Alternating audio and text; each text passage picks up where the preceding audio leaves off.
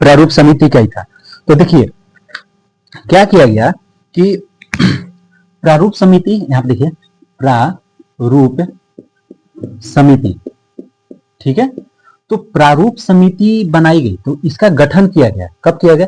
तो 29 अगस्त 1947, 29 अगस्त 1947 का ऐसे कहते हैं कि बैठक किया, मतलब कि गठन किया गया था।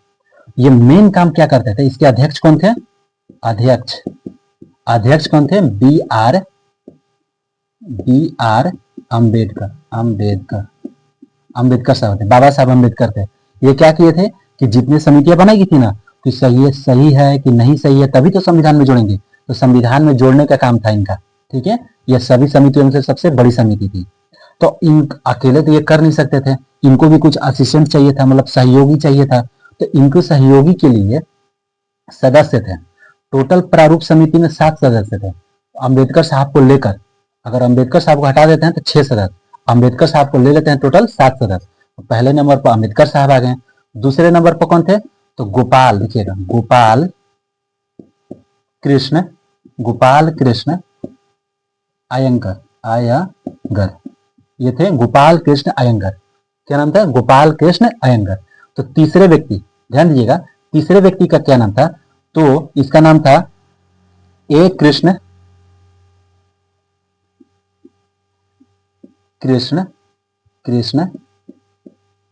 स्वामी अय्यर। क्या नाम था? कृष्ण स्वामी अय्यर। ये तो 3 लोग हो गए। अब देखिए चौथा नंबर पर क्या थे? चौथा नंबर पर लिख लीजिएगा कि कृष्णचारी। क्या नाम था? चौथा नंबर पर नाम था इनका। ये वो व्यक्ति थे जिसका नाम था, क्या था? कृष्णचारी। क्या नाम था इनका? टोटल नाम लिख दे, टीटी कृष्णचारी, टीटी कृष्णचारी, ये लोग थे। लेकिन एक बात ध्यान दीजिएगा कि कृष्णचारी यहां पर लिख दिए, कहीं कहीं क्या आता है क्वेश्चन में कि कृष्णचारी नहीं थे, डीपी खेतान थे। तो ध्यान दो यहां पर कि कृष्णचारी से पहले इस समिति में डीपी खेतान थे। डीपी लिख देते हैं यहां पर, डीपी खेतान। तो डीपी खेतान थे, लेकिन डीपी खेतान का किसी कारण से उनका तबीयत खराब हो गया था, ठीक है। इनका तबीयत खराब हो गया था। इनके स्थान पर टीटी कृष्णचारी को रखा गया, ठीक है। लेकिन इनके स्थान पर किसके रखा गया? स्थान पर, या फिर कह सकते हैं कि इनके बाद किनको रखा गया? तो टीटी कृष्णचारी को रखा गया था, ठीक है। उसी प्रकार क्या आ गए कि 5वें नंबर पर आ गए आपके, जिनका नाम था माधवराव। क्या नाम था? एन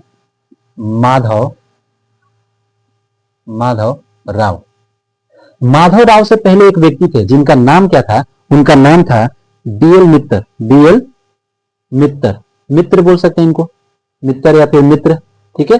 ये था। इनके स्थान पर भी किन्हीं कारण से इनका भी तबीयत खराब हो गया होगा, तो इनके स्थान पर क्या आ गए? एन माधव आ गए। इनके स्थान पर क्या आ गए? एन माधव साहब आ गए। तो ये लोग थे। मेन रूप से 5 ही हो गए ना।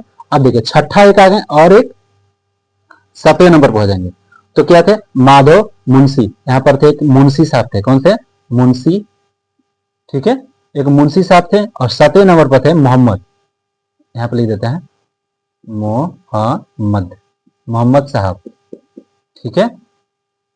ये 7 लोग थे। तो ये 7 लोग क्या कर रहे थे कि जो इतनी समितियां द्वारा बनाई गई थी, जो विषय था ना, जितनी समितियां बनाए गए थे, जिनको दिया गया था राजेंद्र प्रसाद को और क्या नाम था उनका, सरदार पटेल को और जवाहरलाल नेहरू को, तो जो बनाए थे रूल रेगुलेशन, ये अंबेडकर साहब के साथ मिलकर ये सभी व्यक्ति वो देखते थे कि क्या सही है क्या गलत है, उनके बारे में ये निर्णय करते थे।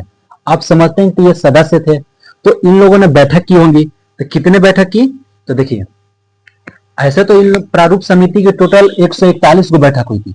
कितनी बैठक हुई थी? टोटल 141 को बैठक हुई थी। तो 141 को बैठक तो इंपॉर्टेंट रहता नहीं है। चलिए समझते हैं कि इतने से 3 बैठक बहुत इंपॉर्टेंट है। देखिए 3 बैठक के बारे में आपको बता देते हैं। देखिए यहां तक बता दें, इसको यहां पर मिटा देते हैं, यहां पर मिटा देते हैं।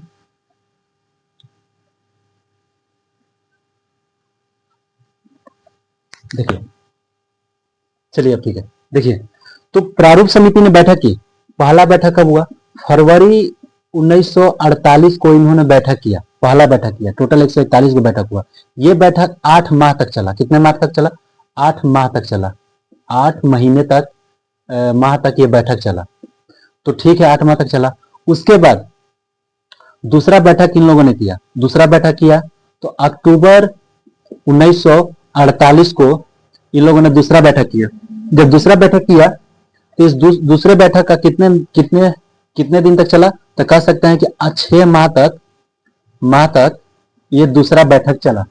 जब दूसरा बैठक चल गया तो ये पहला बैठक, दूसरा बैठक, अब लास्ट आता है एक तीसरा बैठक। ऐसे तो टोटल 141 को बैठक हुई थी, लेकिन तीसरा बैठक मेन इंपॉर्टेंट हो जाता है। देखिए तीसरा बैठक कब हुआ था? तो याद रखिएगा कि 4 नवंबर 1948 ले लेकर 4 नवंबर 1948 ले लेकर 9 नवंबर 1948 के बीच हुआ था। ठीक है, तो ये वाला इंपॉर्टेंट इसलिए रह जाता है क्योंकि इस बैठक में केवल 5 दिन तक बैठक चला था। केवल 5 दिन का बैठक चला था। कितने दिन का? 5 दिन का बैठक। और ये खास किस लिए है? तो खास इसलिए है कि इसमें पहली बार यानी कि फर्स्ट टाइम इसमें संविधान को पढ़ा गया था। सभी पहली बार इसमें क्या क्या किया गया था? इस बैठक में क्यों खास है? क्योंकि ये तीसरा बैठक इसलिए खास है कि प्रारूप समिति के तहत ये तीसरा बैठक इसलिए इंपॉर्टेंट है क्योंकि इसमें पहली बार संविधान को क्या किया गया था? पढ़ा गया था कि संविधान कैसा है। ठीक है, उसके बाद याद रखिएगा कि संविधान को पढ़ लिया गया, पहली बार पढ़ा गया। यहां पर ध्यान दीजिए, पहली बार। दूसरी बार भी संविधान को पढ़ा गया था। संविधान को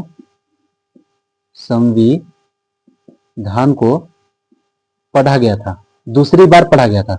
दूसरी बार कब पढ़ा गया? तो डेट याद रखिएगा कि 15 नवंबर, सॉरी यहां पर, हाँ सही है, 15 नवंबर 1948 से लेकर 17 अक्टूबर 1949 को पढ़ा गया था।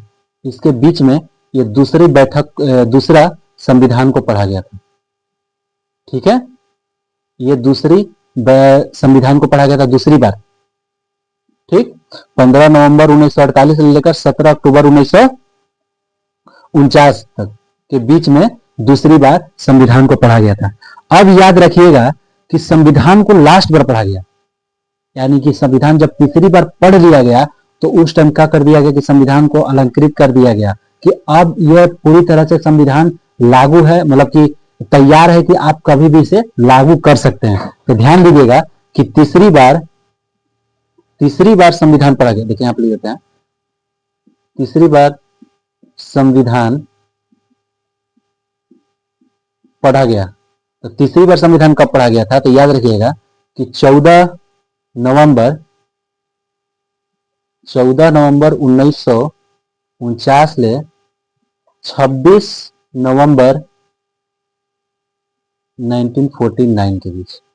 यहाँ ध्यान दे रहे हैं, 26 नवंबर 1949, यहाँ ध्यान दे रहे हैं 26 नवंबर 1949, ये तीसरी बार संविधान को पढ़ा गया था। और इसी तीसरी बार संविधान को 26 नवंबर 1949 को ही संविधान को कह दिया गया था कि संविधान अब पूरी तरह से पूर्ण रूप से तैयार हो चुका है, यानी कि संविधान को अलंकृत कर दिया गया था। अलंकृत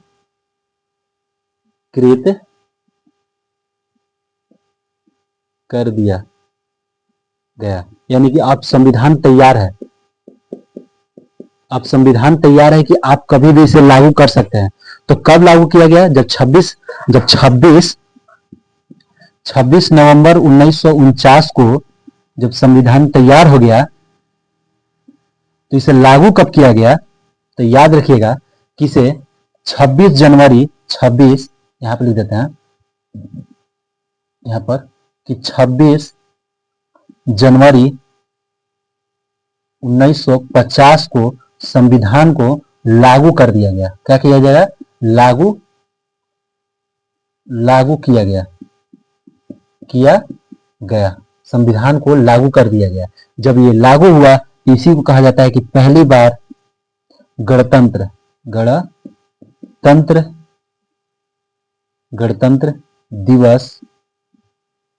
दिवस मनाया गया। देखिए, अब आपको पूरी तरह से एक फ्रेम में समझा देते हैं, सिंपल सा एक शॉर्ट में क्या किया गया, सिंपल सा शॉर्ट में समझिए कि देखिए यहाँ पर समझा देते हैं आपको कि संविधान निर्माण के लिए हम लोग क्या किए, सब बैठक किए। हम लोग क्या किए, बैठक आयोजन की। कितनी बैठक, टोटल 3 बैठक।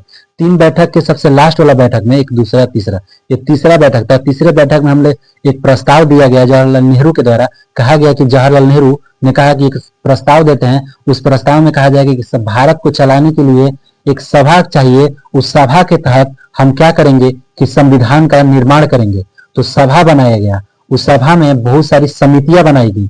समितियां, उस समितियां में टोटल 8 समितियां बनाई गई। उस 8 समितियां में सबसे बड़ी समिति थी आपका प्रारूप समिति। प्रारूप समिति, और ये प्रारूप समिति बी आर अम्बेडकर के अंडर में थी, जो कि कहा जाता था कि बी आर अम्बेडकर को ये कहा गया कि बी आर अम्बेडकर साहब आप जितने भी ये संविधान निर्माण करने के लिए जितनी समितियां बनाई गई हैं, क्या क्या इसमें रूल रेगुलेशन है, हमने तो 4 व्यक्तियों को दे दिया है, आप इसका पूरी तरह से निरीक्षण कीजिए कि क्या सही है क्या गलत है। उसके बाद आप संविधान में ऐड कर दीजिएगा, इसमें संविधान में ऐड कर दीजिएगा, ठीक है। तो तो कहा गया कि प्रारूप समिति के तहत, प्रारूप समिति में टोटल 7 सदस्यों ने भाग लिया था। टोटल कितने, 7 सदस्यों ने भाग लिया था अम्बेडकर साहब को लेकर। तो अम्बेडकर साहब को अध्यक्ष बनाया गया और अम्बेडकर साहब ने अपने सहयोग के लिए एक गोपाल कृष्ण को, गोपाल कृष्ण स्वामी को, कृष्णचारी को, माधव को, मुंशी को और मोहम्मद साहब को लेकर इन्होंने कहा कि ठीक है, आपके द्वारा बनाए गए सभी संविधान के रूल रेगुलेशन को हम क्या करेंगे, जांच करेंगे। उसके जांच के लिए इन लोगों ने 141 को बैठकें की। 141 को बैठकों में से सबसे पहला इंपोर्टेंट बैठक ये हो जाता है कि फरवरी 1948 में बैठक पहली बार की है और कहा गया कि इसमें चर्चा हुआ कि क्या क्या संविधान में क्या सही है क्या गलत है, इसके बारे में चर्चा हुआ। टोटल 8 महीने तक चला। दूसरी बार भी जब बैठक हुआ तो दूसरी बार प्रारूप समिति का बैठक हुआ संविधान की जांच करने के लिए, ये 6 माह तक चला। लेकिन तीसरी बार जब संविधान को जांच करने के लिए बैठक आयोजित हुई तो तीसरी बार इस बैठक में कहा गया कि संविधान अच्छा है, ठीक है, और इसको हम पहली बार इसको पढ़ते हैं। तो संविधान को पहली बार यहाँ पर पढ़ा गया, संविधान को पहली बार पढ़ा गया, ठीक है। तो कब पढ़ा गया, तो 4 नवंबर 1948 से लेकर 9 नवंबर 1948 के बीच में पढ़ा गया था। ये बैठक टोटल 5 दिन तक चला था, इसलिए ये बैठक इंपॉर्टेंट हो जाता है। और कहा गया कि संविधान को जब पहली बार पढ़ा गया तो दूसरी बार भी संविधान को पढ़ा जाएगा। तो दूसरी बार संविधान को 15 नवंबर 1948 से 17 अक्टूबर 1949 के बीच में पढ़ा गया दूसरी बार संविधान को। और रहा बात तीसरी बार, तो तीसरी बार संविधान को, यहाँ ध्यान दीजिए कि तीसरी बार संविधान को मूल रूप से अच्छे से पढ़कर इसे अलंकृत कर दिया गया और कहा गया कि अब संविधान देश चलाने के लिए पूरी तरह से तैयार है। आप जब चाहें तब आप संविधान को लागू कर सकते हैं। तो तैयार कर कर संविधान को तैयार कर रख दिया गया और 26 जनवरी 1950 को संविधान को भारत में, क्या चीज, भारत में लागू कर दिया गया। 26 जनवरी 1950 को संविधान में लागू कर दिया गया और पहली बार इसे कहा गया कि यह पहली बार गणतंत्र दिवस के रूप में भी मनाया गया।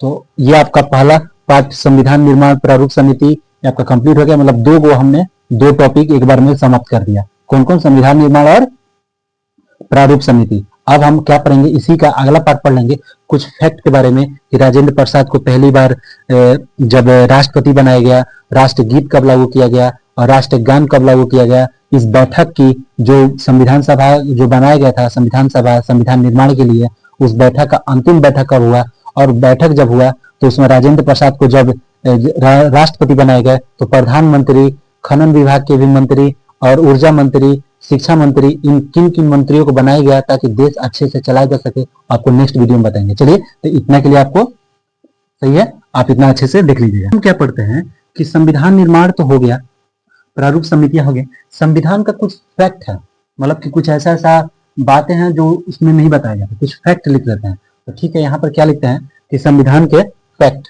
देखिए यहाँ पर फैक्ट लिख लेते हैं कि क्या क्या फैक्ट है। तो सबसे पहले ये जानिए कि 26 नवंबर 1949 को क्या हुआ था, संविधान तैयार, यानी कि अलंकृत हुआ था, ठीक है।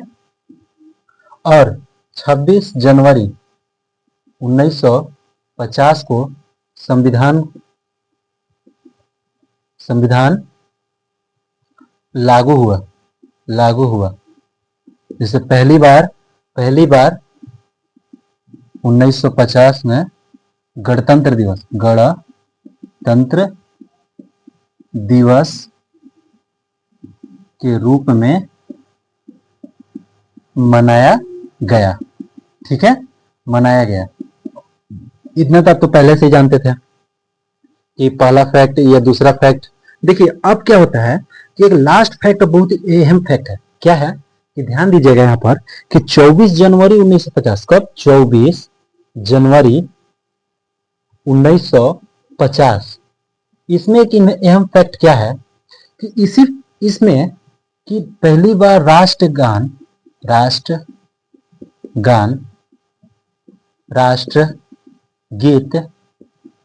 राष्ट्रगीत ठीक है, और ये सब अपनाया गया था कब? 24 जनवरी 1950 को। और भारत के फर्स्ट प्रेसिडेंट यानी कि राष्ट्रपति राजेंद्र प्रसाद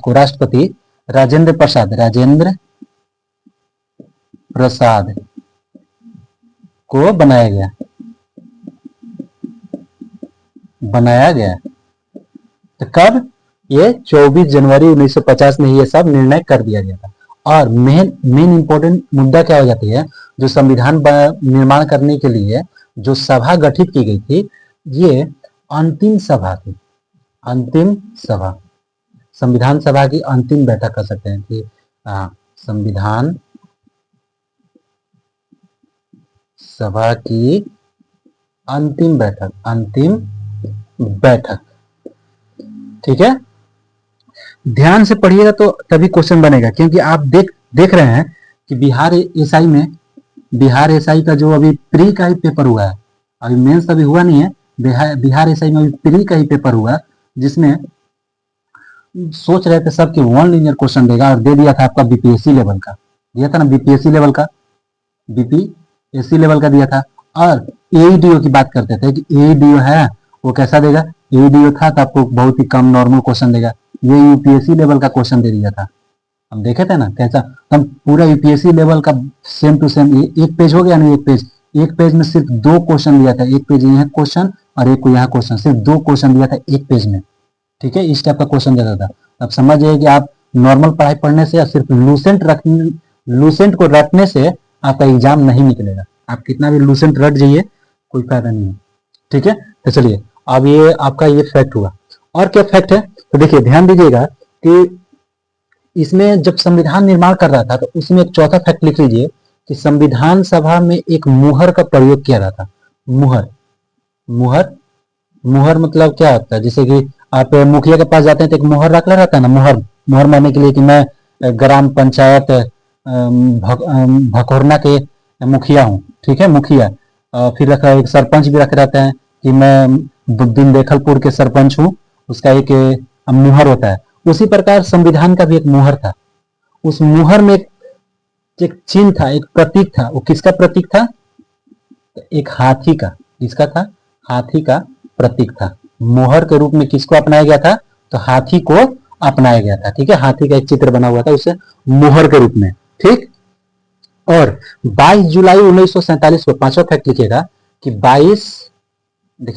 22 जुलाई 1947 को अपना जो तिरंगा है, ध्वज, जिसको ध्वज बोलते हैं, ध्वज यानी कि तिरंगा को अपनाया गया। ठीक है, अपनाया गया था। वो बात अलग है कि 1907 में स्टुटगार्ट में भी मैडम भीखाजी गामा द्वारा तिरंगा को फैलाया गया था, वो अलग है, उसका मैटर अलग है। वो जब संविधान, जब भारत आजाद हुआ ना, तो मूल रूप से अपना झंडा होना चाहिए कि हाँ अपना झंडा है, तो उसी को कहा गया था। 22 जुलाई 1947 को ध्वज को अपनाया गया था। इसको अपनाया गया था तब। अब आप देखते हैं कि इसमें जब राष्ट्रपति के यहाँ पे ध्यान दे रहे हैं, यहाँ पर राष्ट्रपति नियुक्त कर दिया गया।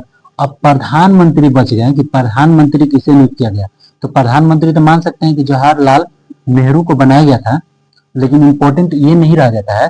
इंपॉर्टेंट ये है कि बहुत सारे विभाग थे, बहुत सारे विभाग थे। उन सभी विभागों में अन्य मंत्रियों को भी नियुक्त कर दिया गया था। जैसे गृह मंत्रालय था, गृह मंत्रालय में सरदार पटेल थे। इसको हम क्या करते हैं, यहाँ पर फ्रेम में आपको उतार देते हैं, ठीक है, आपको फ्रेम में उतार देते हैं, ये आपको लिख लीजिए, ठीक है, यहाँ पर फ्रेम में विभाग लिख देंगे। और एक सेकंड रुकिएगा,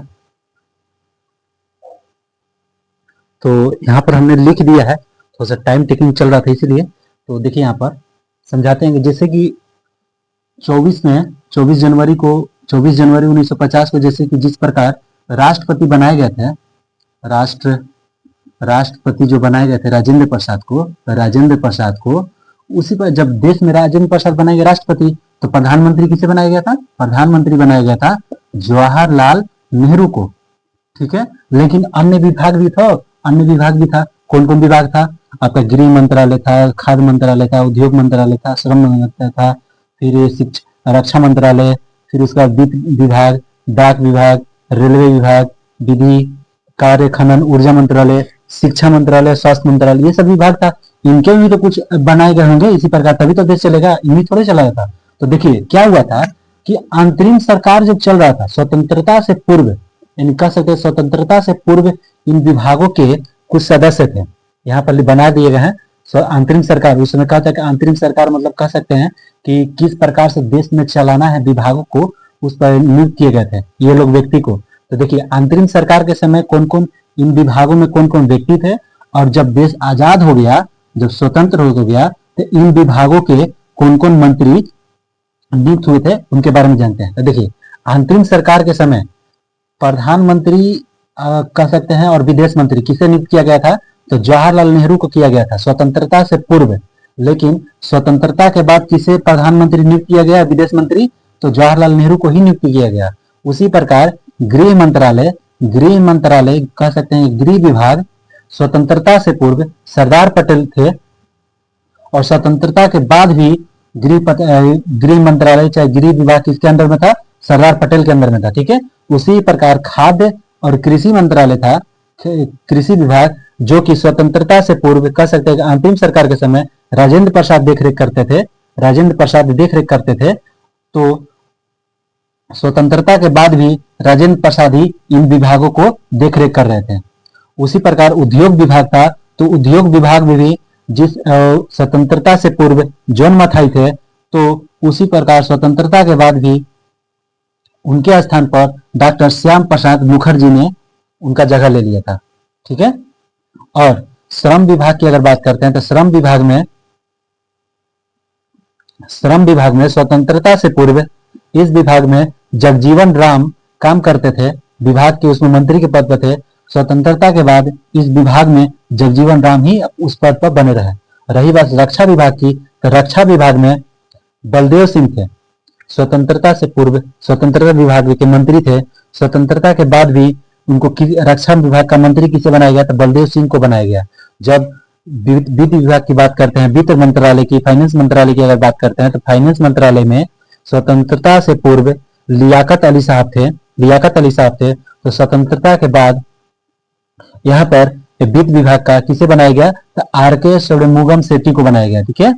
उसी प्रकार डाक विभाग की बात करते हैं, तो डाक और संचार विभाग की बात करते हैं, तो स्वतंत्रता से पूर्व डाक और संचार विभाग में अब्दुल रब निस्तार थे, और वहीं उसके स्वतंत्रता के बाद रफी अहमद किदवई साहब को बनाया गया, उस विभाग का मंत्री बनाया गया, कह सकते उस विभाग का मंत्रालय का मंत्री बनाया गया। उसी जब रेल विभाग और परिवहन विभाग की बात आता है, तो रेल विभाग और परिवहन विभाग में स्वतंत्रता से पूर्व यहाँ पर असाफ अली साहब थे। तो स्वतंत्रता के बाद जॉन मथाई को रेल और परिवहन विभाग का मंत्रालय के रूप में इनको मंत्री बनाया गया। जब विधि विभाग की बात करते हैं, तो विधि विभाग में उसी प्रकार जिस प्रकार इनको नियुक्त किया गया था स्वतंत्रता से पूर्व, कौन थे? जॉन मथाई थे, जोगेंद्र नाथ मंडल साहब थे। तो विधि विभाग में जब देश आजाद हो गया, तो उनके बाद विधि विभाग की जिम्मेदारी किसको दे दी गई? तो डॉक्टर भीमराव अंबेडकर को सौंप दिया गया। जब बात करते हैं यहाँ पर लास्ट नंबर पर देखिएगा कि कार्य खनन और ऊर्जा मंत्रालय की बात करते हैं, ये लास्ट वाले में, तो इनकी जिम्मेदारी थी स्वतंत्रता से पूर्व एस.सी. भाभा जी की, ठीक है। तो स्वतंत्र जब भारत स्वतंत्र हो गया, तो इसके बाद इनकी जिम्मेदारी हो गई नरहर विष्णु गाडगिल की जिम्मेदारी कर दी गई। उसी प्रकार और भी विभाग था, शिक्षा विभाग था, तो शिक्षा विभाग में स्वतंत्रता से पूर्व राज गोपालीचारी साहब थे। तो जब देश स्वतंत्र हो गया तो स्वतंत्र होने के बाद मौलाना अब्दुल कलाम आजाद को बनाया गया। और वही बात करते हैं कि स्वास्थ्य विभाग की, तो स्वास्थ्य विभाग में स्वतंत्रता से पूर्व यानी कि कह सकते हैं कि आंतरिक सरकार के समय गजनफर अली साहब थे। जब देश आजाद हो गया तो स्वास्थ्य विभाग का मंत्री किसे बना दिया गया, तो राजकुमारी अमृत कौर को बना दिया गया। ये क्या हुआ, ये पॉलिटी में मेन इंपोर्टेंट, यही से कई क्वेश्चन पूछ दिए जाते हैं। अब यही से मेन इंपोर्टेंट बोल देता है कि खाद्य मंत्रालय के सदस्य स्वतंत्रता से पूर्व किसे बनाया गया था, मंत्री बनाया गया था, और स्वतंत्रता के बाद किसे मंत्री बनाया गया। ये सब इंपॉर्टेंट क्वेश्चन पड़ जाते हैं। जितने भी आपको फैक्ट लिखवाए हैं और संविधान निर्माण के बारे में बताए हैं और प्रारूप समितियों के बारे में बताए हैं, आप इसको अपनी जुबान पर रख लीजिएगा, ठीक है।